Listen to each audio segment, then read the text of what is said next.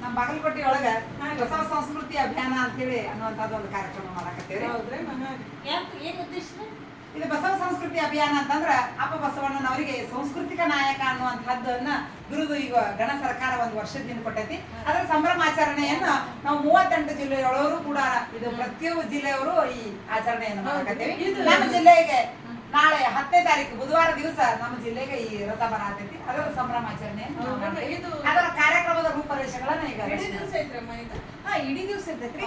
ನೋಡ್ರಿ 10ನೇ ತಾರೀಕಿಗೆ ಈಗ ಬರೋ ಬುಧವಾರ 10ನೇ ತಾರೀಕಿಗೆ ಇಲ್ಲಿ ನಮ್ ನವನಗರದ ಕಲಾಭವನ ಐತಲ್ಲ, ಅಲ್ಲಿ ಬೆಳಿಗ್ಗೆ 11 ಗಂಟೆಗೆ ಎಲ್ಲಾ ಅಜ್ಜರು ಬಂದಿರ್ತಾರ್ರಿ.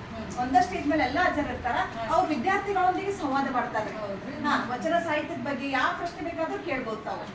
ಆಮೇಲೆ ಮಧ್ಯಾಹ್ನ 3:30 ನೋಡ್ರಿ ನಮ್ ವಿದ್ಯಾಗಿರಿ MA ಕಾಲೇಜ್ ಸರ್ಕಲ್ ಐತಲ್ರಿ, ವಿದ್ಯಾಗಿರಿ ಕಾಲೇಜ್ ಸರ್ಕಲ್ ನ ಕಡೆ ಅಲ್ಲಿ ಇದು ಬರ್ತೈತ್ರಿ, ಬಸವರಥ ಬರ್ತೈತಿ.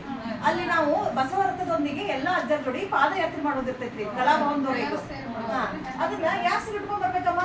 ಎಲ್ಲರೂ ನಮ್ಮ ಸಂಸ್ಕೃತಿ ಆದಂತಹ ಇಳಕಲ್ ಸೀರೆ ತುರುಬ ನತ್ತ ಹಾಕೊಂಡು ಎಲ್ಲರೂ ವಿಜೃಂಭಣೆಯಿಂದ ಆ ರಥದ ಕಾರ್ಯಕ್ರಮದೊಳಗೆ ಎಲ್ಲರೂ ಭಾಗಿಯಾಗಬೇಕು. ಗಂಡು ಮಕ್ಕಳಿಗೆ ಕೂಡ ಬಿಳಿ ವಸ್ತ್ರಗಳನ್ನ ಧರಿಸಿಕೊಂಡು ಗಂಡು ಮಕ್ಕಳು ಬರ್ಬೇಕು. ಅಲ್ಲಿ ವಚನ ಕಟ್ಟಗಳನ್ನ ನಾವು ಬೆಣ್ಣಿಗೆ ಹಾಕೊಂಡು ಈ ಸಂಭ್ರಮದೊಳಗೆ ನಾವು ಭಾಗಿಯಾಗಬೇಕಾಗಿದೆ. ಮತ್ತೆ ಏನ್ ಜಂಗಮದೆಡೆಗೆ ನಾಟಕ ಅಂತ ಬರ್ತದೆ ನೋಡ್ರಿ, ಅದು ನಾವ್ ಅಲ್ಲಿ 3:30 ಪಾದಯಾತ್ರೆ ಸ್ಟಾರ್ಟ್ ಮಾಡ್ತೀವಲ್ಲ ಅದ್ರ ಜೊತೆಗೆ ಅದು ನಾವ್ ಇಲ್ಲಿ ಬಂದ್ 6 ಗಂಟೆಗೆ ತಲುಪ್ತೈತಿ. 6ರಿಂದ ಕಾರ್ಯಕ್ರಮಗಳು ಇರ್ತಾವ. ರಾತ್ರಿ 8 ಗಂಟೆಗೆ ರೀ ಸಾನೇಹಳ್ಳಿ ಶ್ರೀಗಳ ಕಲಾ ತಂಡದಿಂದ ಜಂಗಮದೆಡೆಗೆ ಅನ್ನೋ ನಾಟಕ ಇರ್ತೈತಿ. ಬಹಳ ಚಂದ ಇರ್ತೈತಿ. ನಾವೆಲ್ಲ ನೋಡ್ಬೇಕಾದಂತ ನಾಟಕ ಅದನ್ನೆಲ್ಲ ಮಕ್ಕಳಿಗೂ ತೋರಿಸುವಂತ ನಾಟಕ. ಇನ್ನೂ ಅಂತ ಹೇಳ್ಬೇಕಂತಂದ್ರೆ ಇಡೀ ದಿವಸನು ನಾವು ಅವತ್ತಿನ ದಿನ ಬೆಳಗಿನ ಪ್ರಸಾದ, ಮಧ್ಯಾಹ್ನ ಪ್ರಸಾದ ಮತ್ತು ಸಾಯಂಕಾಲದ ಪ್ರಸಾದದ ವ್ಯವಸ್ಥೆ ಮಾಡಿದೆ.